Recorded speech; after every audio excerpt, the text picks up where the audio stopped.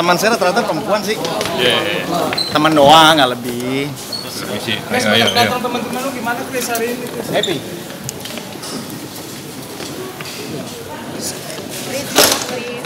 Iya. Wow. Dua orang doang. Itu ada tuh depan.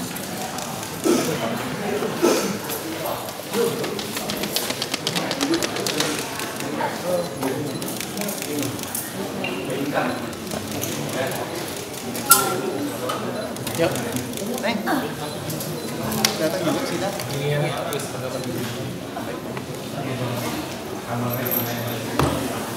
Kecil itu, teman kecil. Jadi gua nggak tahu sih kalau dia ternyata berkecimpung di dunia hiburan juga gitu. Karena lihat kasus ini ya dia coba untuk kontak mama lalu memberi dukungan ke sini. Teman kecil itu dari Kalimantan. Udah berapa lama nggak ketemu? Udah lama dari lulus sekolah ya, dari lulus sekolah kan udah fokus casting. Makanya gue miris banget ya sama apa dunia hiburan saat ini gitu. Dulu tuh gue sampai casting, jadi model, naik motor, hujan-hujanan, terus sampai tempat syuting dicuekin, disuruh pulang. Pokoknya gue diperlakukan tidak baik deh dulu ya.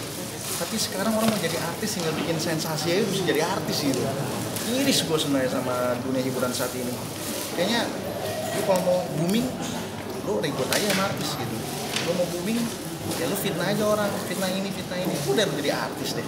Undangan bintang tamu banyak. Dulu kan zaman dulu itu talk show tuh sedikit banget ya. Yang gue inget nih Dorce Show zaman dulu. Dorce Show. Terus game show juga sedikit kayak misalnya Siapa Berani gitu kan. Siapa Berani. Sekarang talk show di mana-mana, media di mana-mana. Jadi orang mau jadi artis tuh gampang banget sih sekarang.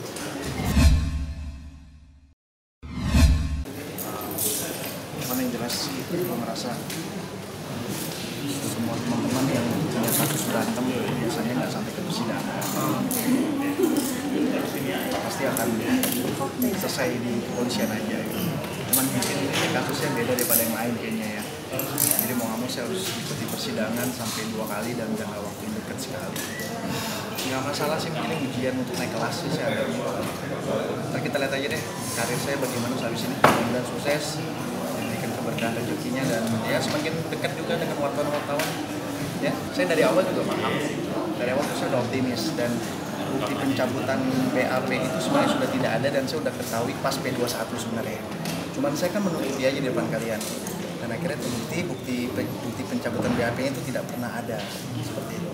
Ini sebenarnya tipiring ya, tindak pidana ringan, tapi dibuat seolah-olah 351 penganiayaan dengan hukuman ancaman 2 tahun 8 bulan. Tidak masalah.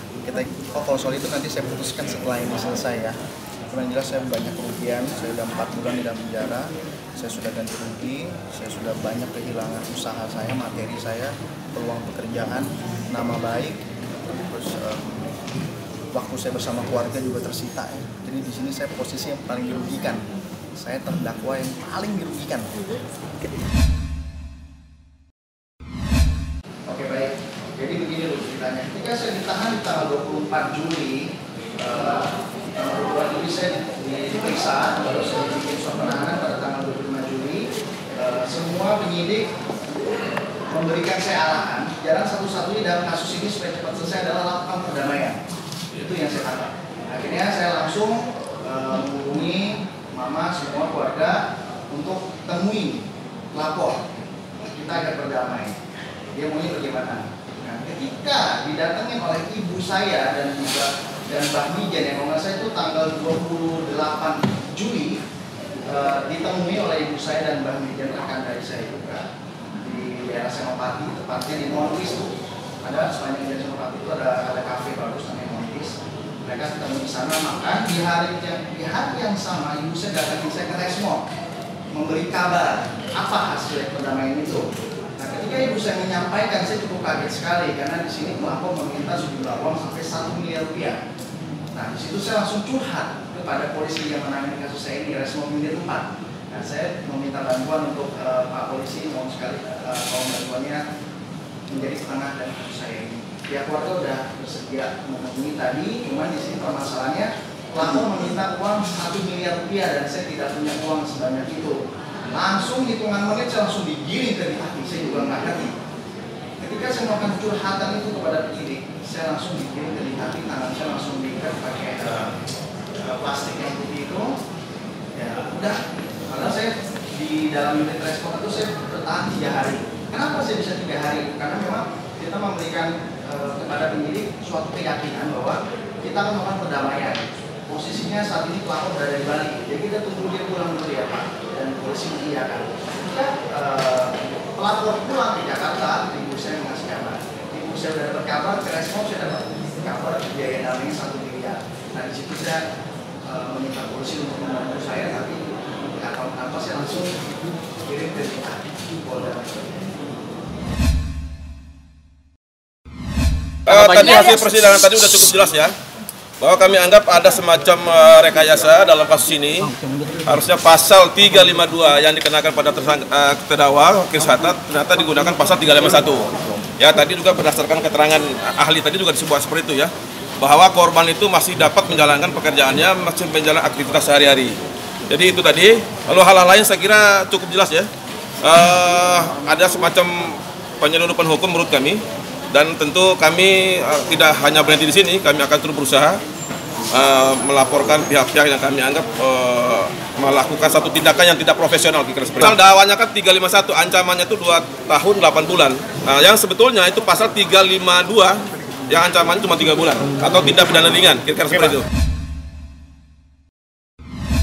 Baik, hari ini ada 2 saksi. Pertama ahli dan beliau sendiri sudah diminta keterangan. Dalam persidangan tadi terbukti dalam fakta persidangan. Pertama, tidak benar yang bersangkutan sampai berdarah 4 jam. Tidak benar bahwasanya ada rekomendasi dia harus istirahat sampai beberapa hari. Sehingga sebenarnya secara visum yang keluar adalah yang bersangkutan tidak terhalang melakukan kegiatan profesi, sehingga menurut hukum itu adalah pasal 352 atau penganiayaan ringan yang ancamannya maksimal 3 bulan. Sedangkan jaksa selama ini menyatakan bahwa 352 dalam dakwaannya, sehingga kita berharap minggu depan 351 ayat 1 itu supaya jaksa berpikir lagi untuk melakukan, karena fakta dalam visum itu menyatakan 352 ini ringan. Itu yang pertama. Yang kedua, fakta tadi apa kejadian sebenarnya, beliau membela kepentingan ataupun pribadi seorang perempuan pacarnya yang berada di belakang, sehingga yang kiri adalah orang yang mengganggu pacarnya, sebelah kanan orang yang memprovokasi dia, sehingga akhirnya dia harus melakukan langkah-langkah agar keluar nanti di security yang lainnya, seperti itu dia, sehingga bisa dinyatakan ini dia supaya tidak terancam nantinya, seperti itu dia. Saya bukan ngepal, tangannya bukan mengepal tapi mengepret.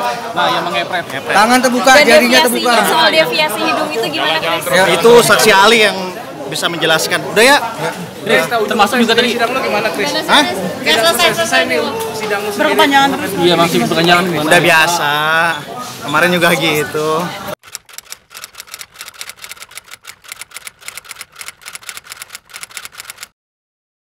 Jadi jangan lupa untuk subscribe Cumi Cumi. Ditekan ya tombol lonceng merahnya.